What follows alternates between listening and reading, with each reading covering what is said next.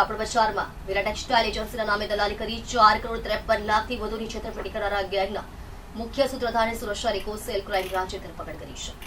Ring road માર્કેટમાં ચિરાગ મગનભાઈ ચૌધરી તથા સહાયક વેપારી વિશાલ વાલારામ ચૌધરી તથા સંદીપ કુમાર રીશચંદ્ર અગ્રહારીની દુકાને કાપડ બજારમાં વિરા ટેક્સટાઇલ એજન્સીના નામે કાપડ દલાલી કરતા વિશાલ ઉર્ફે વિકી કનૈયાલાલ ગાંધી તથા રોહતીભાઈ ઉર્ફે પંકજ ચંદનમલજી તેલપુરિયાએ જઈ કાપડ દલાલ તરીકે ભૂમિકા ભજવી મનોજકુમાર મુકેશકુમાર દોશી સહિત 20થી વધુ વેપારીઓ સાથે મળી ચિરાગ મગનભાઈ ચૌધરી તથા સહાયક વેપારી વિશાલ વાલારામ ચૌધરી તથા સંદીપ કુમાર રીશચંદ્ર અગ્રહારીને લોભામણી વાતો કરી શરૂઆતમાં કાપડનો માલ ખરીદ કરી તે માલનું થોડું પેમેન્ટ ચૂકવી આપી વિશ્વાસ કેળવ્યો હતો. ત્યારબાદ તારીખ 27/12/2024 થી તારીખ 4/4/2025 સુધી ચિરાગભાઈ સહિત 3 વેપારી પાસેથી કુલ રૂપિયા 4 કરોડ 54 લાખનો કાપડનો માલ મંગાવી લઈ માલના પેમેન્ટ આપ્યું ન હતું, જેથી વેપારીઓ ઉઘરાણી કરતા અલગ અલગ વાહન બતાવી સમય પસાર કરી દુકાન બંધ કરીને ભાગી ગયા હતા.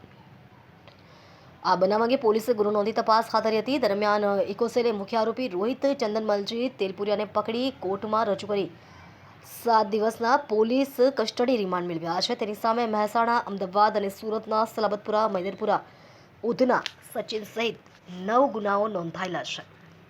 સુરત શહેર એ ટેક્સટાઇલના વ્યાપાર માટે સમગ્ર ભારતમાં ખૂબ જ પ્રખ્યાત છે અને સમગ્ર ભારતમાં અને અમુક દેશોમાં પણ સુરતમાં બનાવેલી પ્રોડક્ટો એક્સપોર્ટ પણ થતી હોય છે અને આવા જ કારણોસર ઘણી વખત વેપારીઓ સાથે ખોટી ઓળખાણ આપી અને લલચામણી ઓફરો આપી અને છેતરપિંડી અને વિશ્વાસઘાતના ગુના પણ બનતા હોય છે.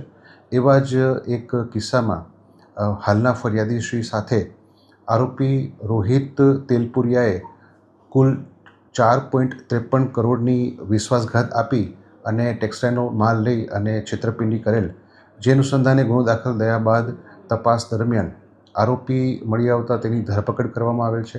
આરોપી હાલ રિમાન્ડ ઉપર છે અને આરોપી સાથેના અન્ય આરોપીઓની પણ હાલ તપાસ તજવીજ ચાલુ છે. આરોપી પોતે વ્યાપારીઓ પાસે જઈ અને પોતાના અલગ અલગ નામ આપતો હતો, અલગ અલગ વિઝિટિંગ કાર્ડ પણ આપતો હતો અને ત્યારબાદ વિશ્વાસમાં લઈ ભાવ હોય એનાથી કદાચ થોડો ઘણો વધારે ભાવ પણ ઓફર કરી અને તાત્કાલિક ખૂબ જ ક્વોન્ટિટીમાં માલ પોતે લઈ લેતો અને એ માલ પોતે બારોબાર સગે વગે કરી અને પૈસા રોકડા લઈ લેતો હતો. આપણે ત્યાં આરોપી આની પહેલાં વિકી ઉર્ફે વિશાલ ગાંધી પણ ધરપકડ થઈ ચૂકી છે અને આ ગુનાનો જે મુખ્ય આરોપી કહી શકાય એ રોહિત તેલપુરિયાની ધરપકડ કરવામાં આવેલ છે. હાલના આરોપી વિરુદ્ધ આના સિવાય કુલ 9 ગુના દાખલ થયેલા છે અને એ 9 ગુનાઓ અમદાવાદ, મહેસાણા અને સુરત આ 3 જગ્યાએ દાખલ થયેલા છે અને સુરતના મેક્સિમમ, અમદાવાદના, મહેસાણાના બધા જ ગુનાઓ આ જ મોડસ ઓપરેન્ડીથી ચીટિંગ કરવાના ગુનાઓ નોંધાયેલા છે. સર, આરોપી માલ લેતો હતો, કોને આપતો હતો અને કઈ પ્રકારે આપવાનું આખું ચાલતું હતું? આરોપી પોતે માલ અલગ ઓળખાણ આપી ખોટું નામ ધારણ કરી અને અન્ય વ્યક્તિના નામે જીએસટી રજિસ્ટ્રેશન જે ફોર્મ હોય એ ફોર્મ ઉપર પોતે માલ મેળવી લેતો હતો અને ત્યારબાદ રજિસ્ટ્રેશનમાં જે એડ્રેસ બતાવ્યું હોય એ સિવાયના અન્ય એડ્રેસ ઉપર પોતે માલ મંગાવી અને ત્યાંથી પોતે બારોબાર માલ મેળવી લેતો હતો. સુરતમાં કેટલા વેપારીઓ સાથે ઠગાઈ કરી છે? હાલ જે અમારી પાસે જે ફરિયાદ છે એ ફરિયાદ મુજબ કુલ ફરિયાદી તથા અન્ય 3 સાહેદો સાથે એણે છેતરપિંડી, વિશ્વાસઘાત કરેલો છે. એના વિરુદ્ધમાં અગાઉના આવા જ પ્રકારની મોડસ ઓપરેન્ડીવાળા 9 ગુના નોંધાયેલા છે.